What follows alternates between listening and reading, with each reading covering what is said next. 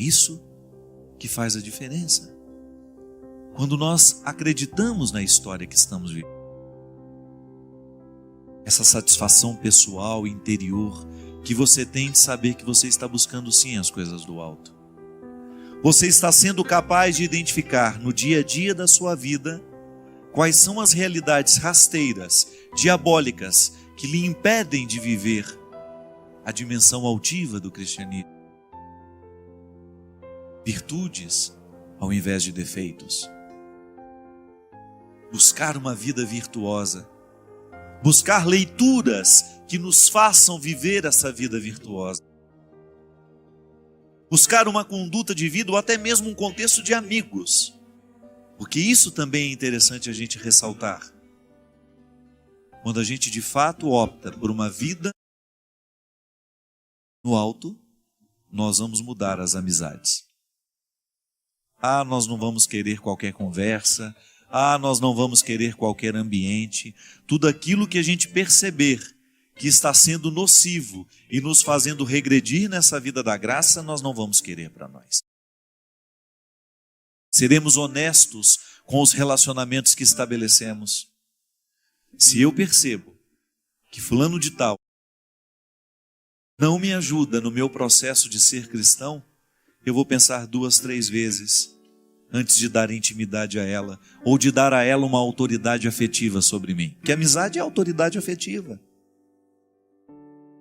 É uma autoridade afetiva que nós exercemos uns na vida do outro. Você acredita no que eu lhe falo porque sou seu amigo. Eu acredito no que você me fala porque somos amigos. E se de repente você começa a me puxar para trás, ao invés de me levar para frente, eu posso às vezes nem perceber isso. Que você possa estar sendo um obstáculo ao meu crescimento humano. Mas se eu percebo, se à luz dessa fé, eu identifico que alguns relacionamentos não estão me permitindo crescer em Deus, é minha honestidade rompê-los. Padre, mas então eu vou jogar o outro fora? Não, eu vou reposicioná-lo nas peças ali da minha vida. Isso é questão de honestidade. Eu tenho o direito de reposicionar as pessoas na estrutura da minha vida. Eu não tenho o direito de julgar ninguém fora. Eu não tenho o direito de me sentir melhor que ninguém. Mas eu tenho o direito de dizer quem eu quero que continue tendo autoridade afetiva sobre mim. Aí a gente volta àquela frase que eu já disse várias vezes. Quem são os melhores amigos que podemos ter na vida? São aqueles que nos tornam amigos de Jesus. São aqueles que nos aproximam do coração do Evangelho. São aqueles que nos resgatam do fosso das nossas misérias. É bom você ter um marido assim, não é? Que lhe promove da mesma maneira como Jesus promoveria se ele pudesse humanamente estar na sua vida. É bom você ter um irmão assim dentro de casa, não é? Saber que ele quer o mesmo que Deus quer para você.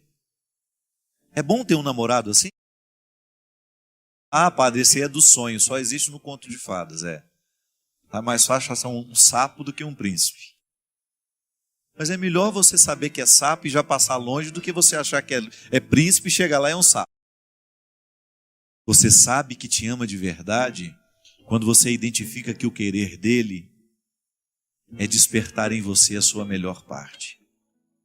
Quando você percebe que o outro é um promotor das suas virtudes. Não age motivado pelos ciúmes dele, nem tampouco pelos egoísmos. Ele é na sua vida o que Deus seria se pudesse humanamente estar da mesma maneira como nós estamos. Eu falava sobre isso na Eucaristia, que celebrava para o meu grupo essa semana. Tomai e comei todos vós, isto é o meu corpo, que é dado por vós. Recíproco isso. É Jesus que me dá o corpo dele e sou eu que dou a ele o corpo. A Eucaristia não é só uma via. Isto é o meu corpo que será entregue por vós. Tá bom, Senhor. Eu te comungo e te dou a oportunidade de andar pelo mundo através do meu corpo, de olhar para as pessoas através dos meus olhos, de agir com os meus braços, de fazer o que precisa fazer no mundo através de mim, de pensar, de revolucionar as estruturas, da mesma maneira como o Senhor revolucionou naquele tempo. Revolucione através de mim, Senhor. Por isso eu preciso estar cada vez mais mergulhado no seu evangelho, porque eu quero ser a sua palavra viva por onde eu for. E quero levar a buscar as coisas do alto quem estiver ao meu lado ou quem passar pela minha. Eu posso ir muito além de onde estou.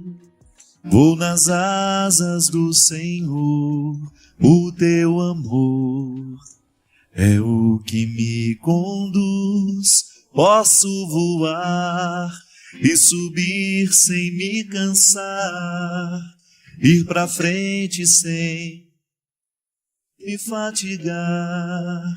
Vou com asas como águia.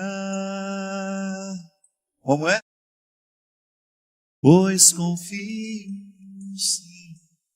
E hoje o programa Direção Espiritual tem um prazer de ter um ser humano que vive para isso, para levar os outros para o alto.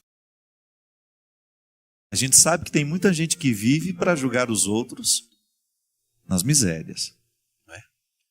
Tanta gente promovendo a droga, tanta gente promovendo a sexualidade sem responsabilidade, sem amor.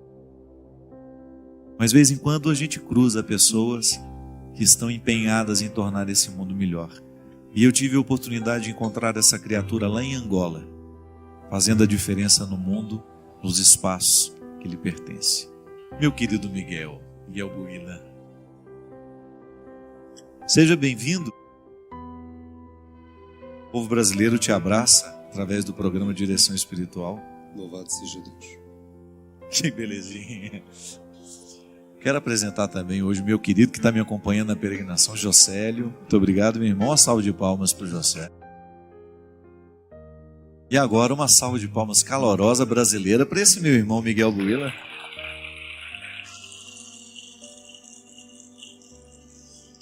Miguel, conta pra gente qual é o trabalho que você tem feito hoje em Angola, através da música.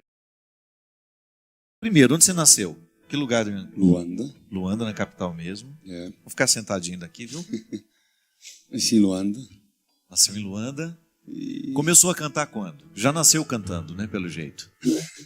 O médico, quando bateu na bunda do Miguel para ele acordar, para ele começar a viver, ao invés de chorar, ele cantou.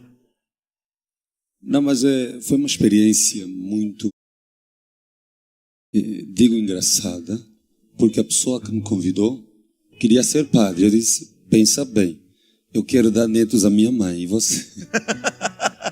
Você falou que queria dar Falei, netos, né? E pronto, essa pessoa desistiu de ser padre, pensou bem, acho eu. No entanto, ele convidou-me para cantar, para pertencer à comunidade. Você tinha quantos anos isso? Na altura, acho que eu devia ter 12, 13 anos. 12, 13 anos. Perdi o meu pai aos 7 anos. E então a minha atividade, a minha vida na igreja era mais firme. Então quando ele convida-me para cantar, eu disse, não, eu quero estudar apenas, eu quero me formar, fazer a minha família. Mas não é que quando comecei a ter encontro pessoal com Jesus, a minha vida mudou. Mudou porque eu hoje tenho as pernas que eu sonhei durante a minha infância. E Deus me deu essas pernas através do louvor. O Espírito Santo mostrou-me que eu, para vencer, para viver, para eu conquistar o sorriso daquelas pessoas que me desprezavam, eu tinha que ter atitude, porque eu também tive a minha mãe alcoólatra. Lembro-me que uma vez avisaram-me que ela estava jogada na rua. E eu, paraplégico, não sabia o que fazer para acudir. Mas graças a Deus a minha mãe converteu-se. Ela já não bebe, nem tem sinais. Então, o que eu podia apresentar a Deus? Senão a minha gratidão por tudo que Ele fez na minha vida. Disseram que eu não podia ter filhos. Hoje eu tenho um casal e o segundo filho faz hoje 2 anos. E Deus é Deus. Louvando, eu consigo fazer com que as pessoas também, aquelas que não têm pernas para chegar a Deus através do louvor, consigam obter essas pernas. E muita gente, nessa peregrinação principalmente, dizem assim, mas tenha fé, você vai andar. Para que mais andar se eu já tenho o que é o melhor de Deus, o seu coração, a sua misericórdia? Acho que andar nesse mundo não faz diferença. A única coisa que faz diferença é o amor e a misericórdia de Deus. E é isto que eu canto. Eu louvo a Deus por isso.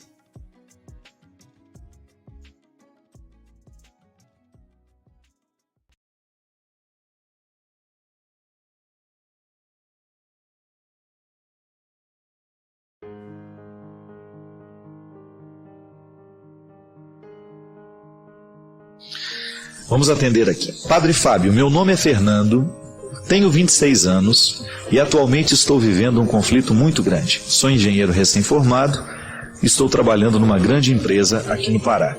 Estou tendo uma oportunidade de crescimento excelente, profissional. Namoro uma moça há mais de 4 anos, ela é formada em medicina e atualmente está fazendo residência em São Paulo, na capital. Estamos separados desde o início do ano e ela me pressiona muito para deixar meu trabalho e ir tentar a vida ao lado dela, uma vez que ela não pretende mais voltar para o Pará. Fico pensando se devo abrir mão dos meus sonhos por causa dela. Estou muito conflitado, pois ela já quer casar, mas eu não me sinto preparado para isso. O que o senhor acha? Eu acho que você está numa enrascada, meu amigo. Porque é uma situação muito difícil. Você tem um envolvimento afetivo de 4 anos, rascada no bom sentido, né? Não é tão ruim assim, não. Você tem um envolvimento afetivo de 4 anos, você tem que considerar que você está vivendo um momento da sua vida importante. Aliás, essa semana, conversando com uma pessoa, me contou uma história muito parecida, muito semelhante. Você está vivendo um momento de investimento pessoal, 26 anos, você está no auge das suas buscas pessoais. Você precisa identificar se você está disposto a abrir mão dessas buscas pessoais para poder fazer uma busca em conjunto. E o casamento, o namoro sério não é outra coisa senão isso. É a gente deixar de ser singular e passar a ser plural. Ser singular não é nenhum problema, minha gente. Você ser solteiro, single, né, em inglês. Quero um quarto single. É bom a gente poder falar isso, que você é solteiro. Você tem o direito de pensar em você, de pensar as suas escolhas, de elaborar os seus projetos, partilhar com a sua família e correr atrás deles. É sua vida, é seu direito. Agora, a partir do momento que você estabelece um vínculo definitivo, um casamento, um noivado, uma coisa assim, o noivado ainda não é definitivo, mas já é um ensaio para isso.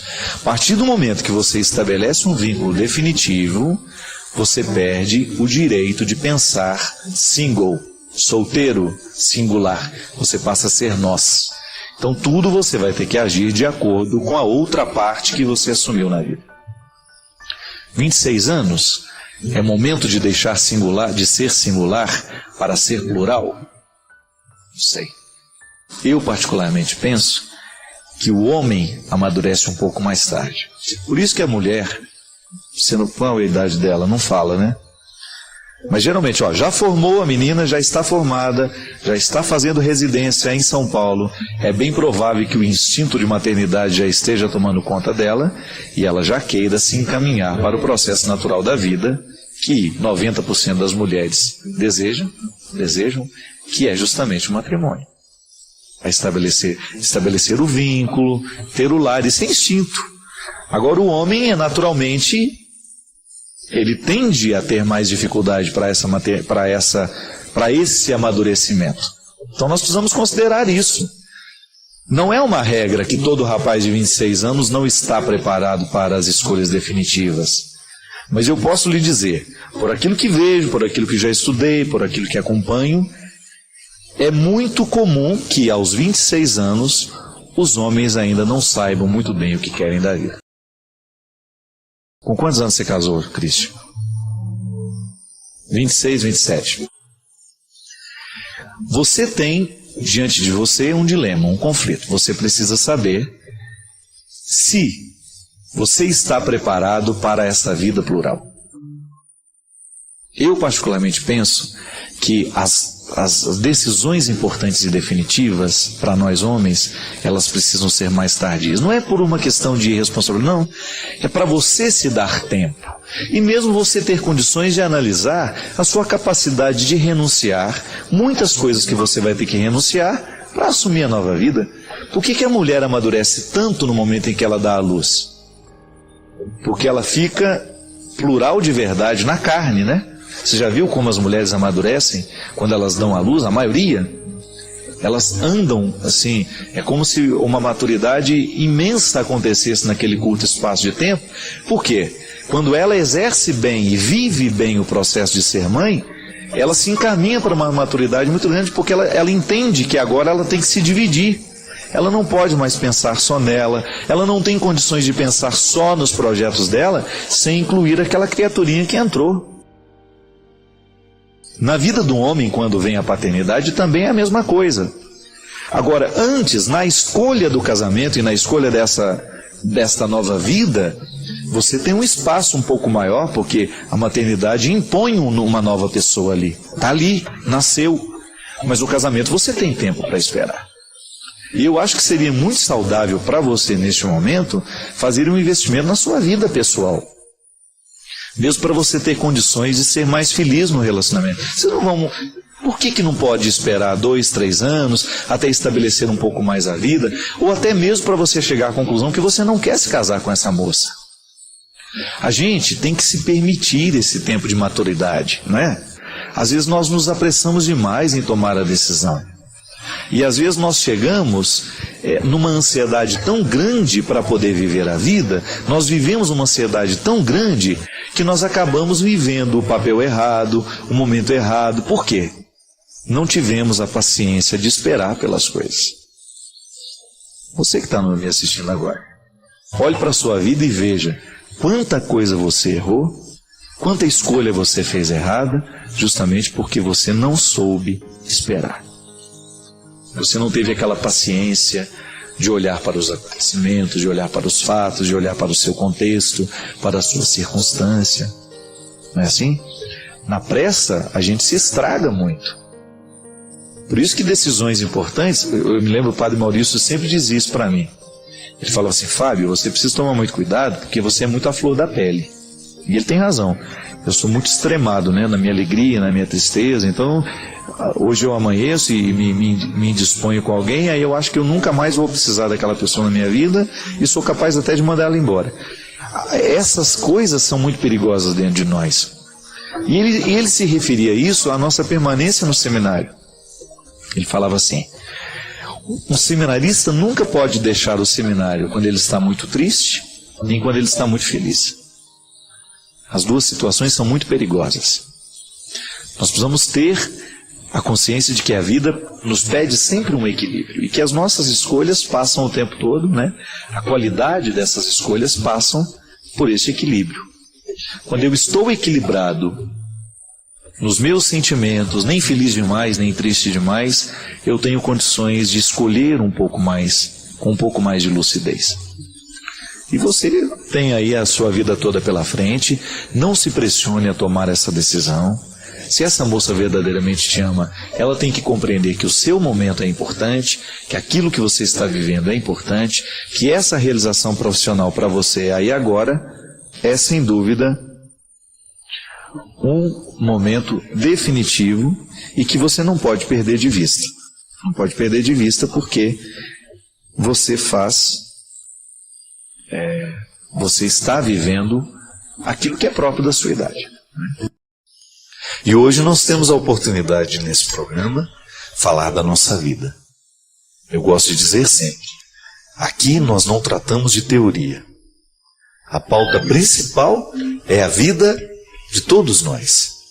É a minha vida misturada na sua confissão, no seu pedido de oração, no seu pedido de aconselhamento. São as nossas existências sendo misturadas nesta bonita arte do encontro. E eu agradeço você a confiar o seu coração a mim neste momento. Eu quero, com muita responsabilidade, conduzir este momento de encontro. Porque sei que a responsabilidade neste momento é fundamental para que Deus possa ter o seu espaço aqui em mim e em você. Minha gente, eu tenho acompanhado, acredito que você, desde ontem à noite eu fiquei acordado para ver o resgate daquele primeiro mineiro lá no Chile, que durante 69 dias passaram 33 homens soterrados naquela mina. E ontem, quando vi o primeiro homem sendo içado do seio da terra, senti uma emoção muito grande no meu coração. E acompanhei hoje, um pouco ainda, ontem antes de dormir, hoje o dia todo, sempre procurando saber se estava dando tudo certo. Porque para mim, aquele resgate, ele fala muito ao meu coração. Primeiro porque eu acho que eu sou claustrofóbico, né? Então eu estava agoniado demais, sabendo que aquelas pessoas estavam soterradas. Eu me colocava no lugar delas. E imagino o quanto deve ser duro, deve ser triste, penoso passar tantos dias sem ver a luz do sol, sem ter a oportunidade de voltar para casa, tomar um banho, dormir na cama da gente. É tão bom, não é? E comovido, misturado na história daquelas pessoas que eu nem tinha visto o rosto ainda direito, eu acompanhei hoje o resgate desses mineiros. Quando saí de casa, faltava ainda mais 5 ou 6, não sei. E fiquei pensando, olhando para aquela cápsula onde aqueles homens eram de onde, né? O instrumental para que aqueles homens pudessem ser retirados da terra. Eu ficava pensando que na nossa vida, o tempo todo nós também precisamos passar pela mesma experiência de resgate. Quando a gente começa a interpretar que, de vez em quando, a gente também escolhe viver nos subterrâneos. Você já deve ter experimentado isso na sua vida. Alguns momentos da sua história em que você teve aquela nítida sensação de que você estava no fundo. E vendo aquela cápsula, içar aquele homem das profundezas, eu fiquei pensando que o nosso processo de conversão faz a mesma coisa conosco. Quando nós levamos a sério o nosso processo em Deus, nós também somos retirados dos subterrâneos do mundo. Quando ali, por causa das escolhas erradas que a gente fez, a gente também foi morar no fundo, no fundo, no fundo. Quando na verdade nós nascemos para o alto. São Paulo dizia de maneira tão sedutora: buscai as coisas do alto. Não temos o direito de nos acostumar com o submundo, com aquilo que está por baixo. Não. Homens e mulheres que estão vivendo esse processo de construção em Deus, de conversão em Deus, são homens e mulheres vocacionados às alturas. Aí fiquei pedindo a Deus a graça de também ser içado o tempo todo, para que eu não me acostume aos subterrâneos. Eu não sei se você percebeu e deve ter escutado falar que aqueles homens, eles ficaram tanto tempo no escuro que agora eles não são capazes de enxergar a luz de uma vez. Eles vão ter que se acostumar com a luz. Vai ter que ser aos poucos, um pouquinho em cada instante, até chegar um momento em que eles poderão retirar aqueles óculos. Por quê? Os olhos se acostumaram com a escuridão. E agora voltar à luz é um exercício. Precisa reaprender. O mesmo acontece com a gente. Contemplar a luz de Deus, entrar no contexto da luz, requer uma adaptação. E é por isso que a conversão compreende todo esse processo de adaptação a uma nova vida, deixamos os subterrâneos do mundo, deixamos aquele submundo onde prevalecia a mentira, a droga, a injustiça, a infidelidade, tudo aquilo que denigre o ser humano, tudo aquilo que nos deteriora. E queremos alcançar agora esta parte mais alta. Não queremos nos acostumar com a sujeira do fundo, mas queremos ser içados o tempo todo para este lugar que é meu, que é seu, e que ninguém pode nos retirar do direito. Eu não sei se você também precisa ser içado numa cápsula daquela, mas pode ser que em algum momento da sua vida você reconheça que está se alimentando do submundo. Não queira isso. A proposta de Jesus é para que a gente alcance sempre mais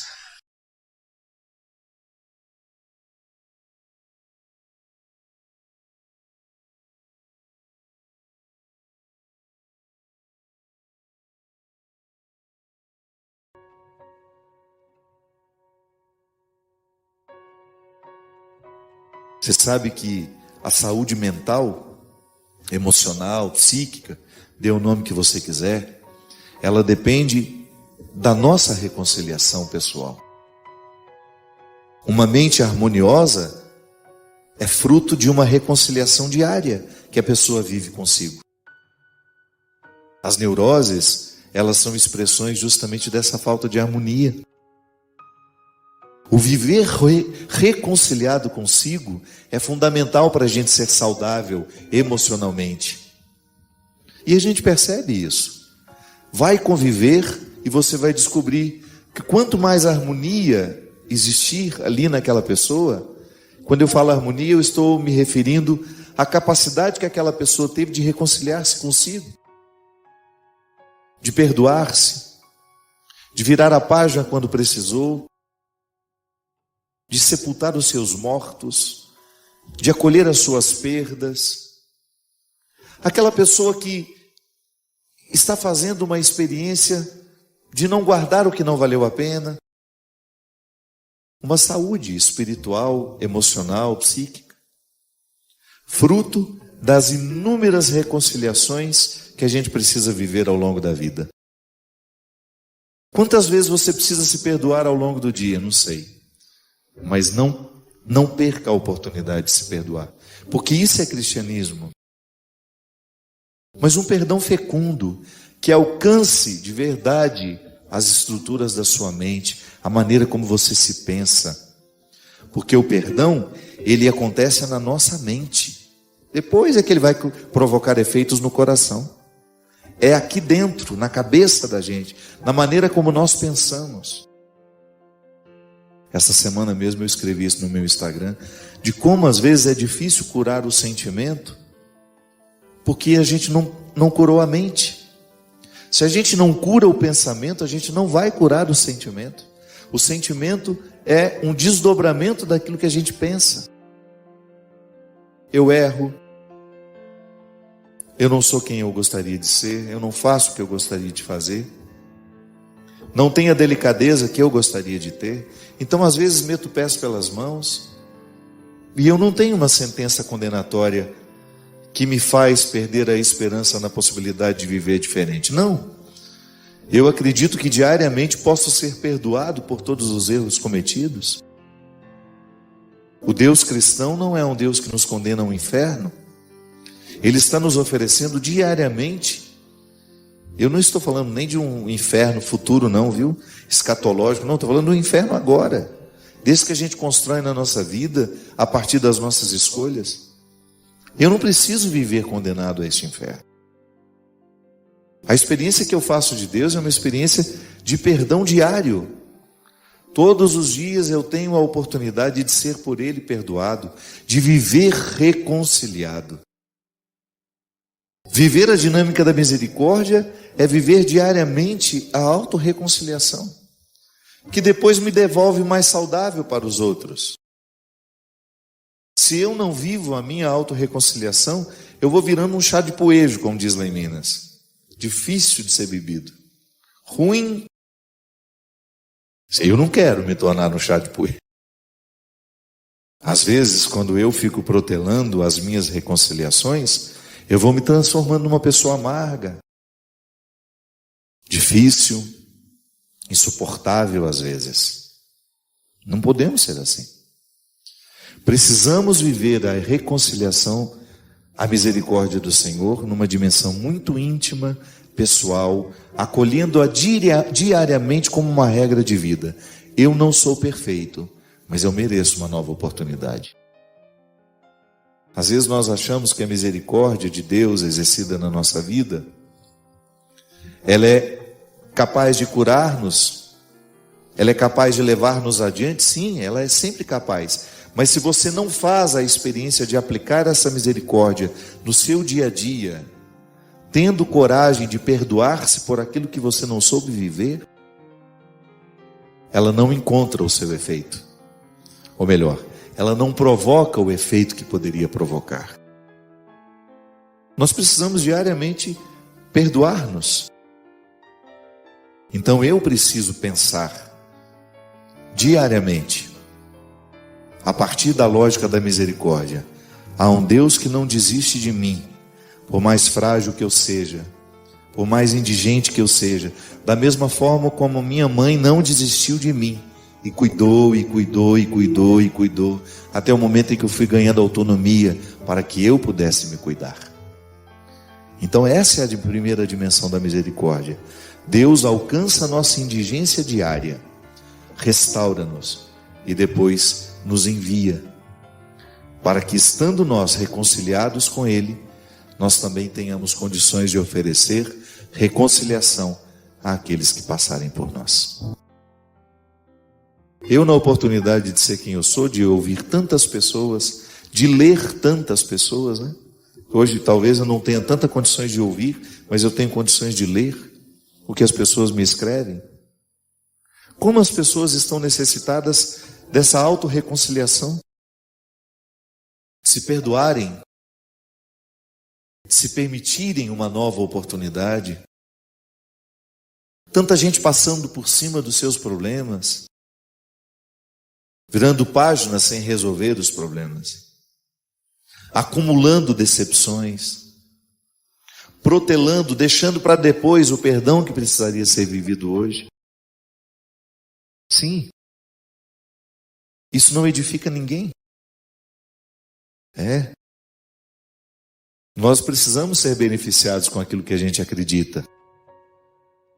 E o ser beneficiado com aquilo que acredita é quando você percebe que você está se tornando uma pessoa muito melhor por aquilo que você acredita. Uma pessoa mais justa, mais verdadeira, mais solidária, mais misericordiosa. É interessante, minha gente, porque a dinâmica do amor é que nos amadurece. Desde quando muito pequenos, aliás, nós já experimentamos o mundo a partir da experiência do amor e do cuidado, porque se alguém não nos ama, se alguém não nos cuida, a gente não dura muitos dias. Nós somos absolutamente necessitados do amor e do cuidado de alguém, que faz parte da indigência humana. Nós nascemos imperfeitos demais. Nós não somos capazes de buscar o nosso próprio alimento. Não somos capazes de buscar a água da nossa sede, o cobertor para aquecer-nos do frio. Tudo, em tudo, nós dependemos de alguém. Então a gente já nasce entendendo o significado da misericórdia assim. Se você agora está me assistindo, tem a oportunidade de me ouvir, é porque alguém cuidou da sua indigência. Alguém exerceu misericórdia. Porque a misericórdia é justamente essa aproximação existencial entre as pessoas. Quando um coração sente com o outro. Então o amor misericordioso da minha mãe me tornou possível. Ela me escolheu todos os dias. Enquanto eu não tinha condições de lutar pela minha vida, ela lutou por mim. Enquanto eu era absolutamente indigente, sem nenhuma condições de fazer uma escolha que pudesse favorecer a continuidade da minha vida, a minha mãe me escolhia por mim. Ela escolheu cuidar da minha indigência. O meu coração é capaz de experimentar a sua miséria, então eu sou misericordioso com você. Da mesma forma como você também pode sentir com o meu coração a miséria que não é sua, mas com a qual você se identifica naquela hora. Misericórdia, o princípio de compaixão também, quando nós sentimos a paixão do outro. Tudo isso é tão significativo na vida humana. E nós aprendemos que Deus é essa misericórdia.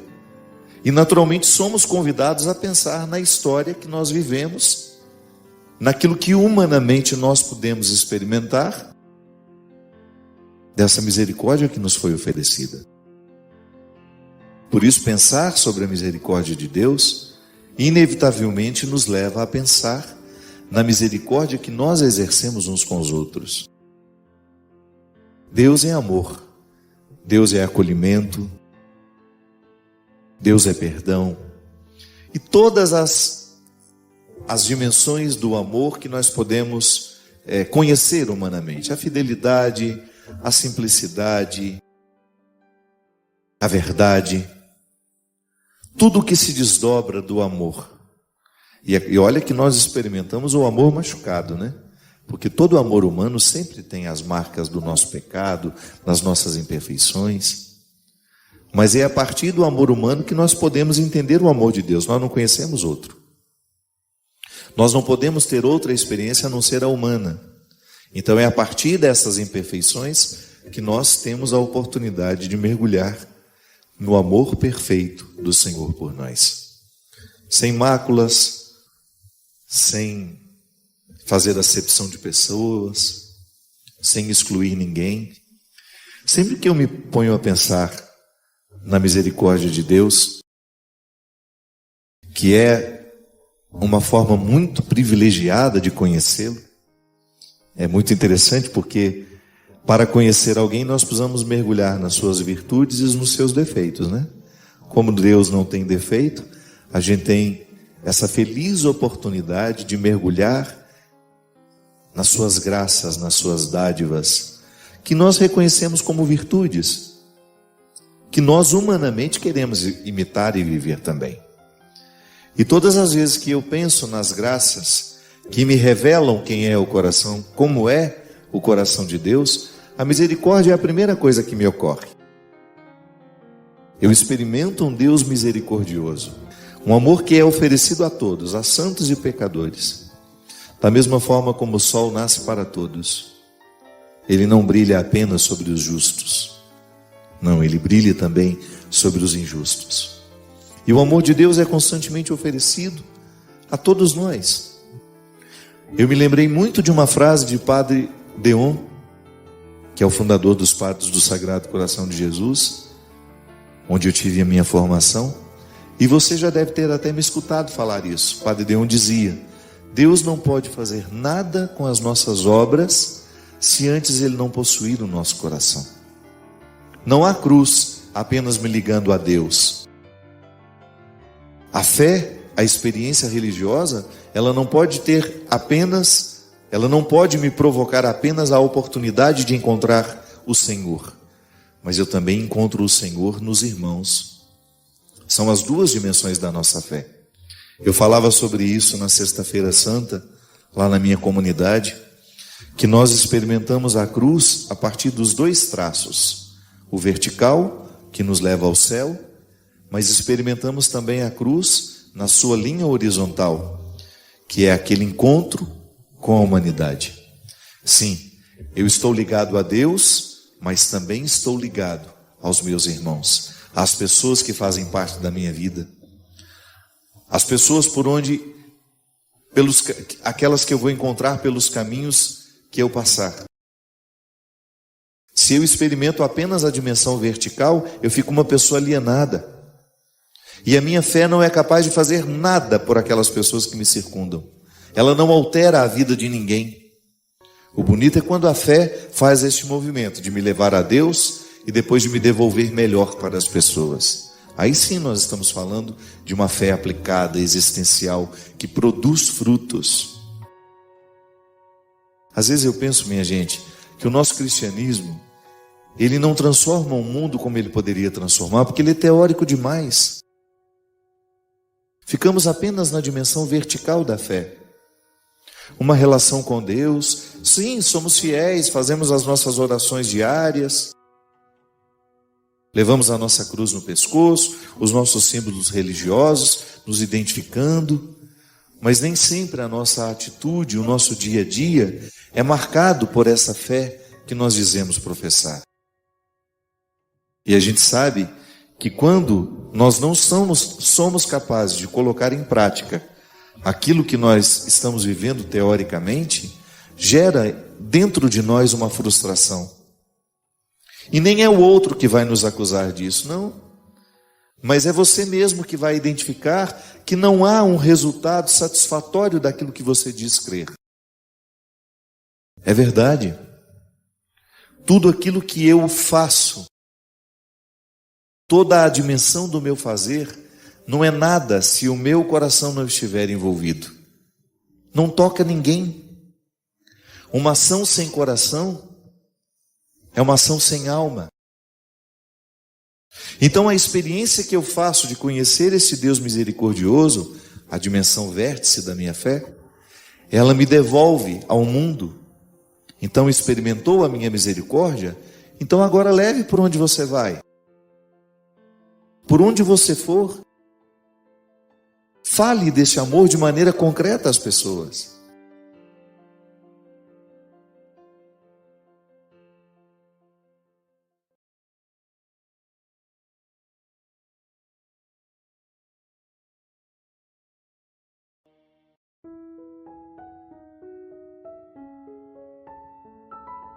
Quando você se dispõe a modificar a maneira como você pensa as coisas, você inicia um sofrimento purificador, que vai lhe arrancando daquele processo opressivo que até então você estava. Dei o exemplo do ciúme e volto a ele. Uma pessoa que é movida pelo ciúme, ela não tem paz. Ela vive para observar o que o outro está fazendo, quem estava com ele, quem foi com ele, quem deixou de ir, com quem que ele falou, com quem ele deixou de falar. E a pessoa vai se sentir sendo preterida, né? Ela vai se imaginando assim. A partir do momento que ela pensa, não faz sentido eu pensar assim. O outro tem o direito de ter a vida dele e eu estarei ali, eu participarei de acordo com a minha possibilidade e com a abertura que eu posso alcançar. Aí, naturalmente, você começa a pensar diferente o outro e você. Agora, quando eu percebo que o meu pensamento é capaz de me libertar das minhas angústias, você ganha um grande aliado, que é a reflexão. A reflexão é o melhor remédio para curar as nossas angústias, os nossos sofrimentos, porque quando refletimos com sabedoria, com equilíbrio, a gente tem uma possibilidade de expulsar de nós os sentimentos opressivos. Dá certo, viu? Eu sei que pensar ultimamente tem sido difícil, porque a gente chega tão cansado em casa, a gente vive com tanta correria, que nem sempre nos é possível parar, fazer uma reflexão da vida, ou fazer uma oração que lhe faça refletir a vida. Porque às vezes a gente vai para a oração, mas a gente vai com tanta coisa para pedir, que não sobra tempo para refletir. Volto a dizer, o contexto dos acontecimentos precisa nos ajudar a pensar a vida. Então você olhar as realidades com mais parcimônia, com mais paciência, com mais calma. E você tendo a oportunidade de arrancar do coração e da mente tudo aquilo que está sendo opressivo na sua história. Eu, particularmente, penso que quanto mais a gente traz a reflexão para a nossa vida, mais a gente vai ficando libertado. Jesus dizia isso, né? Conheceis a verdade e a verdade vos libertará. Qual é essa verdade? Como é que nós chegamos ao conhecimento da verdade? Mergulhando em nós mesmos. Se você quiser conhecer a verdade, você tem que mergulhar em si mesmo. É aqui dentro que tudo está revelado. Quando eu começo a ter o conhecimento do meu funcionamento, eu deixo de ser alheio a mim mesmo. Aí eu começo a lidar melhor comigo. É interessante, minha gente. Também muitos dos nossos sofrimentos nascem e são mantidos porque a gente não sabe lidar muito bem com a gente. Passamos, às vezes, uma vida inteira, né? Sem se aventurar. A gente passa a vida sem se aventurar na experiência do autoconhecimento. A gente vive para fora demais. A gente vive o tempo todo para fora, para fora, para fora. Isso vai nos tornando pessoas fúteis, sem consistência. E é tão triste isso, quando você percebe que está lhe faltando consistência. Que quando nos falta consistência, a gente não para em pé. Do ponto de vista humano. Jesus deu conta de viver o Getsêmani dele, apesar do sofrimento, apesar de ter achado difícil, a Sagrada Escritura nos diz isso, ele deu conta por causa da consistência humana que ele alcançou ao longo da vida. Jesus não brincou de ser gente. Ele levou a sério a possibilidade de ser o filho de Maria, de ser o filho de José.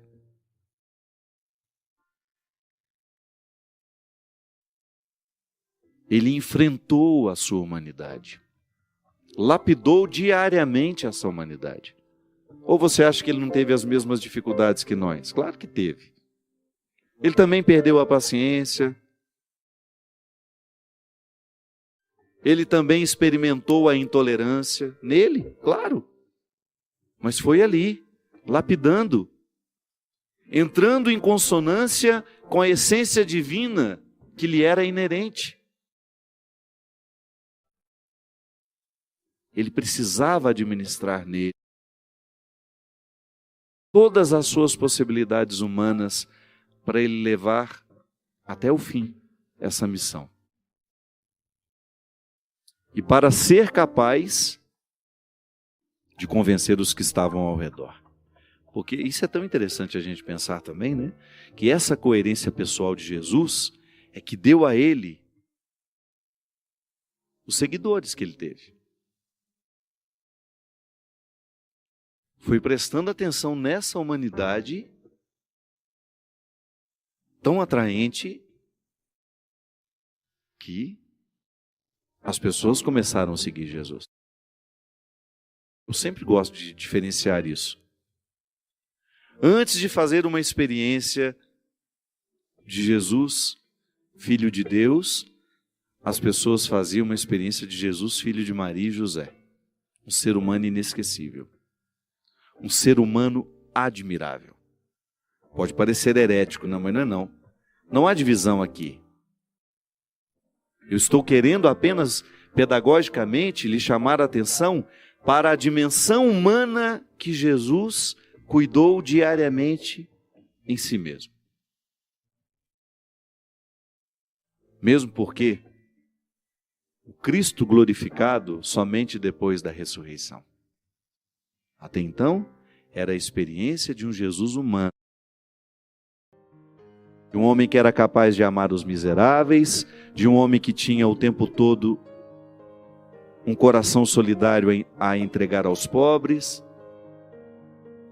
de um homem que era capaz de se aproximar dos leprosos, das prostitutas, dos ladrões, que tinha palavras bonitas, transformadoras, que tinha um discurso atraente, porque apresentava uma nova maneira de ver o ser humano e Deus, e tinha uma maneira diferente de interpretar o ser humano na relação com esse Deus. Ah, isso aí, tudo inspirado pelo Espírito, claro, mas humanamente, verdadeiramente encarnado. Um ser humano inesquecível.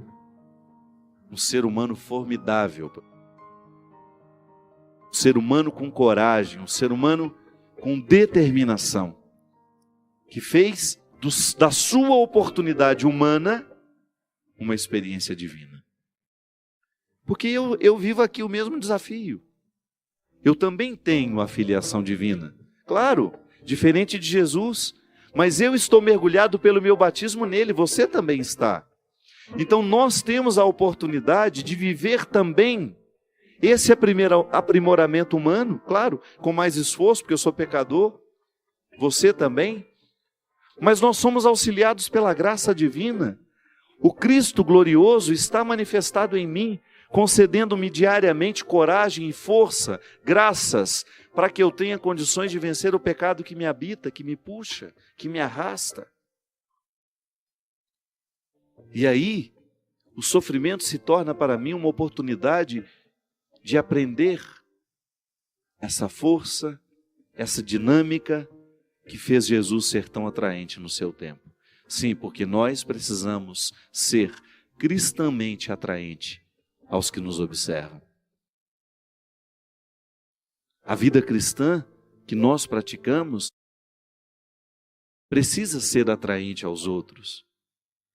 E será atraente à medida em que ela for consistente, quando ela não for da boca para fora, quando ela for um valor internalizado em nós.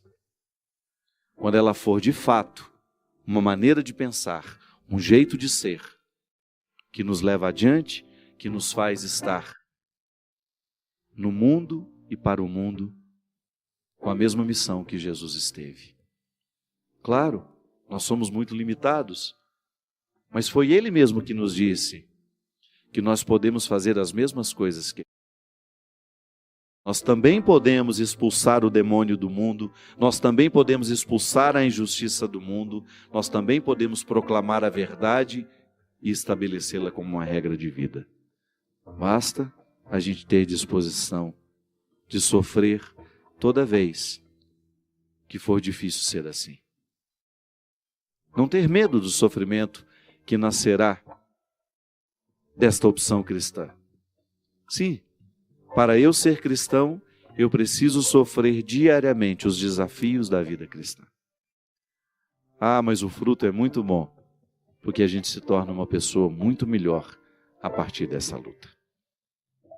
Derrame sobre nós, sobre os nossos corações, sobre as nossas vidas, a bênção e a proteção do céu, do Deus Todo-Poderoso, Pai, Filho e Espírito Santo. Amém. Até a semana que vem, se Deus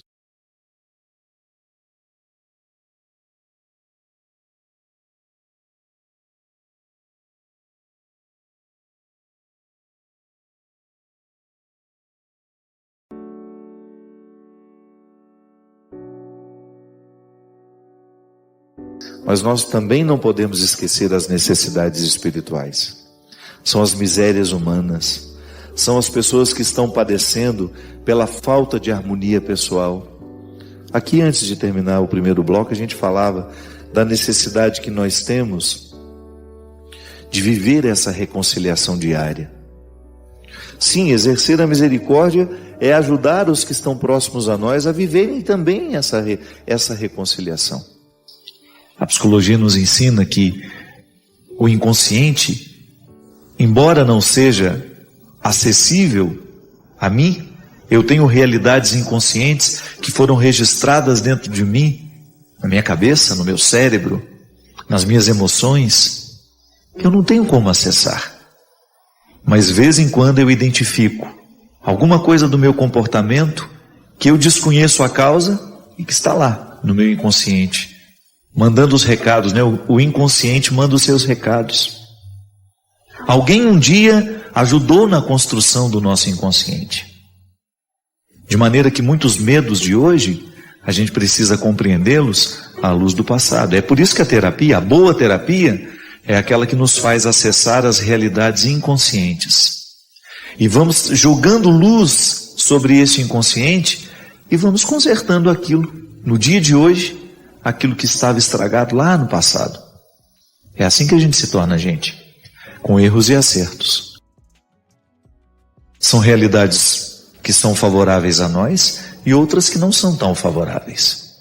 Porque todos nós temos uma alma filosófica, mas às vezes a gente passa a vida inteira sem despertar essa alma filosófica.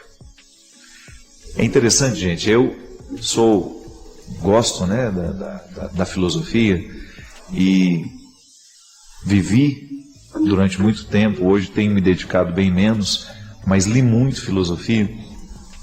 E A mim sempre encantou, fascinou essa história de você transformar o seu pensamento, de você viver uma renovação do pensamento que repercuta no nosso jeito de viver. Essa filosofia prática mesmo, né? De você identificar as questões do dia a dia, as mais fundamentais, as mais profundas, e você se fazer essas perguntas e nem se trata de respondê-las, mas de conviver com elas. Então encontro pessoas o tempo todo que estão se reconciliando com a figura de Deus Pai. Racionalizam isso. A experiência humana que eu tenho não pode me determinar. Ela pode até representar um obstáculo, isso é natural.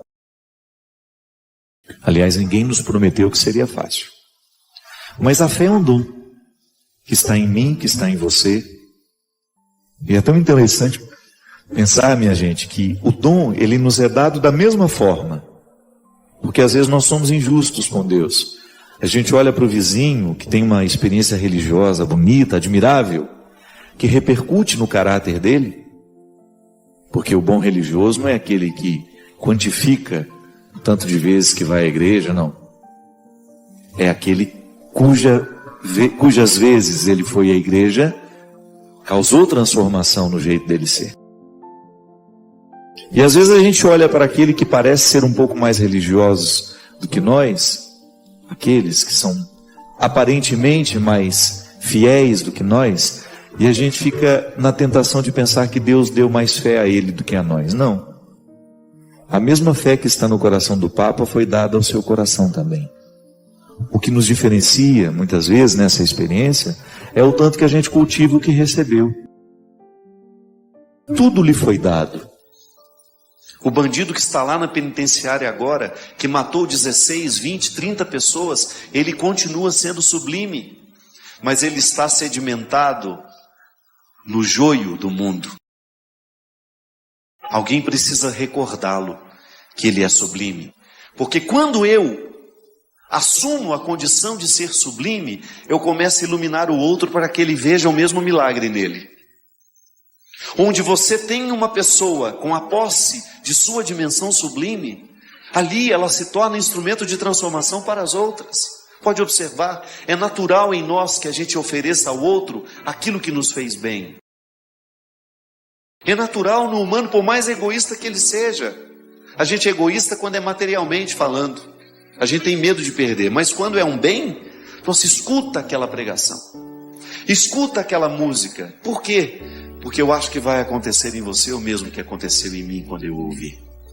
Ou se não for igual, vai ser alguma coisa parecida. Você vai se recordar que é sublime. Um livro, a leitura de um livro pode acender em nós a consciência de que somos sublimes. Pode ser que ninguém esteja vendo, mas o seu gesto faz diferença e repercute no mundo. Porque toda vez que nós tocamos de maneira positiva a vida e o coração de alguém, o bem ganha mais um elo nessa corrente. Toda vez que nós temos a oportunidade de provocar um sorriso no outro, uma alegria, uma bênção, um sentimento de paz, de amor, de misericórdia, o mundo todo está sendo consertado naquela pessoa.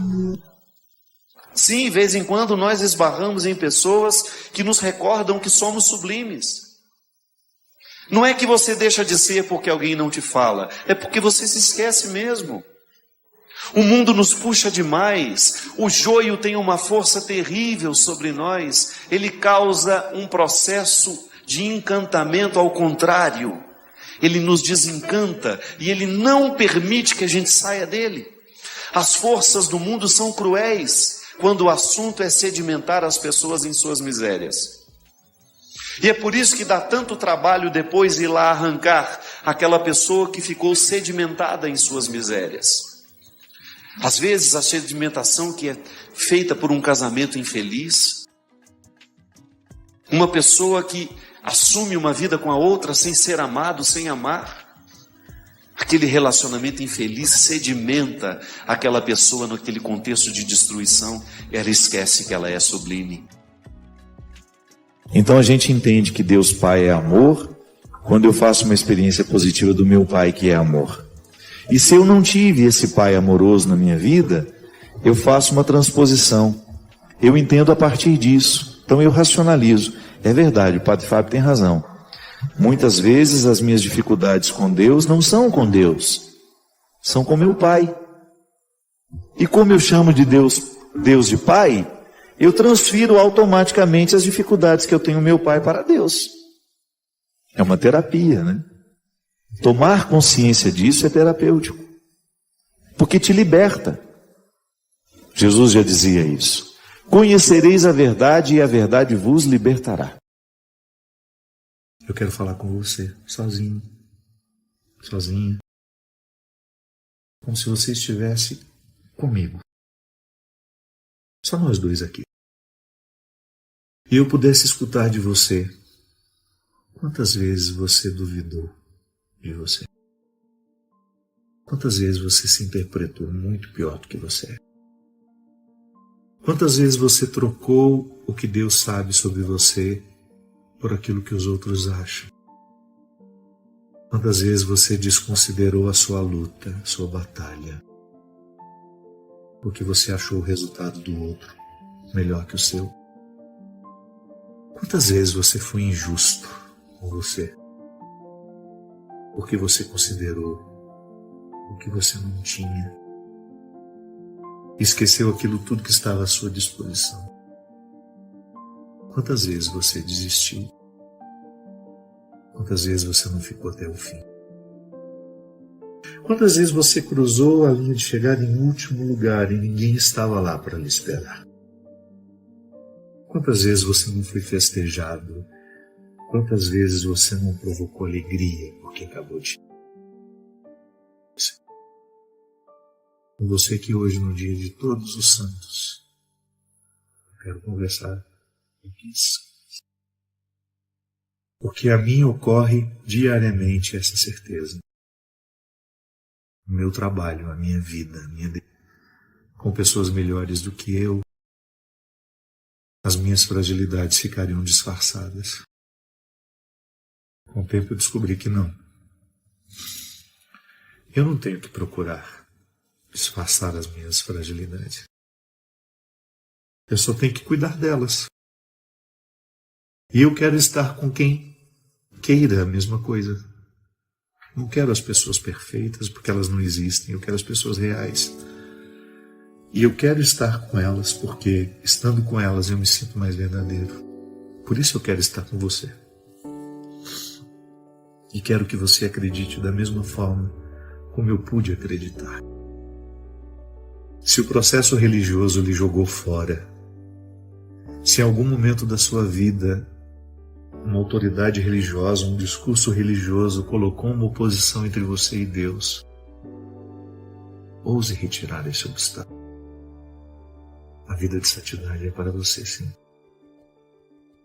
E vida de santidade é cultivo diário, é luta constante, de nunca permitir que o pior prevaleça. Que os detalhes da sua personalidade, que não são muito iluminados, que não são bonitos, que eles aos poucos percam a força, que você lide melhor com você. Que você não se sinta excluído, que você não se sinta fora. Que a sua coragem seja infinitamente superior àqueles que lhe desanimam. Bem-aventurados os puros de coração, porque só eles verão a Deus. Eu sou líder religioso e posso dizer que a pureza de coração não é um privilégio de religiosos. Pelo contrário, às vezes é o lugar onde a gente menos encontra pureza de coração dos meios religiosos. Portanto, não tenha medo. Não se sinta excluído. Sabe aquelas baladas chiques que a gente gostaria muito de ter um nome lá para a gente poder entrar? Pois é. Na lista do reino dos céus o seu nome está. Ninguém vai retirar. Na lista que nos dá acesso a Deus, o seu nome está inscrito definitivamente. E se alguém na portaria ousar dizer que você não foi convidado, não acredite.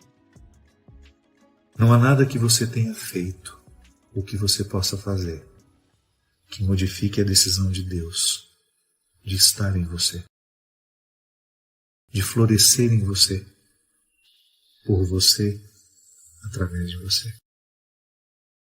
Não há nada, absolutamente nada, que modifique essa decisão.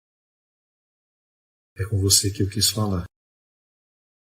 Você que tem dificuldade de acreditar que Deus ama você, por aquilo que você fez, ou por aquilo que você deixou de fazer. Eu tenho certeza, e a minha fé me faz pensar isso o tempo todo, que a Adélia Prado tem razão. Quando num poema em que ela tenta fazer uma descrição de Deus, ela diz que Deus tem a pele vincada de tanto sorrir para ela. É assim. Que Deus lhe ajude nas suas lutas, que Deus lhe fortaleça nas suas batalhas, que Deus lhe conceda a graça de nunca se prender, de nunca se prender aos olhares que lhe desprezam, de nunca ficar, de nunca permitir que a última palavra seja daquele que lhe condena. Que você desafie a ouvir a voz que lá no íntimo, que quando não está sob os obstáculos dos que gritam ao nosso redor, nos garante, nos dá a certeza de que o nosso lugar na lista continua. O banquete está posto e você será eternamente convidado. Chegue quando quiser. Venha quando quiser. É Deus a lhe dizer que hoje a santidade é sua. E que nós somos convidados a viver empenho diário para que a nossa santidade floresça da maneira mais bonita, mais simples. Para que a nossa santidade seja hoje um projeto de vida. Que Deus nos abençoe as conselhos frontais. Ele que é Pai, Filho e Espírito Santo. Obrigado por terem estado comigo.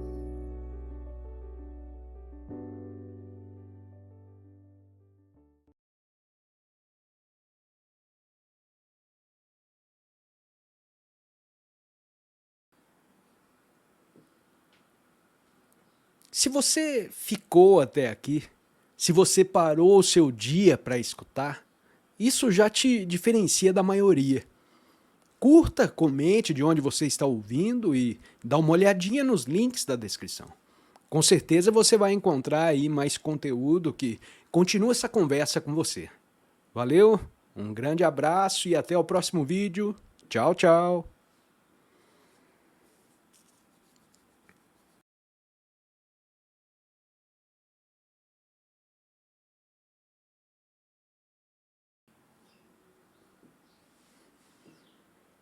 Se você ficou até o fim, é porque algo aí dentro de você escutou e queria escutar essa mensagem. Comenta aí a cidade onde você nos vê, envie esse vídeo para alguém que vai entender o que você sentiu. Essas pequenas ações ajudam essa mensagem a propagar e a continuar existindo. É óbvio que aquele joinha também ajuda, né? Então, um grande abraço a todos e até o próximo vídeo. Tchau, tchau.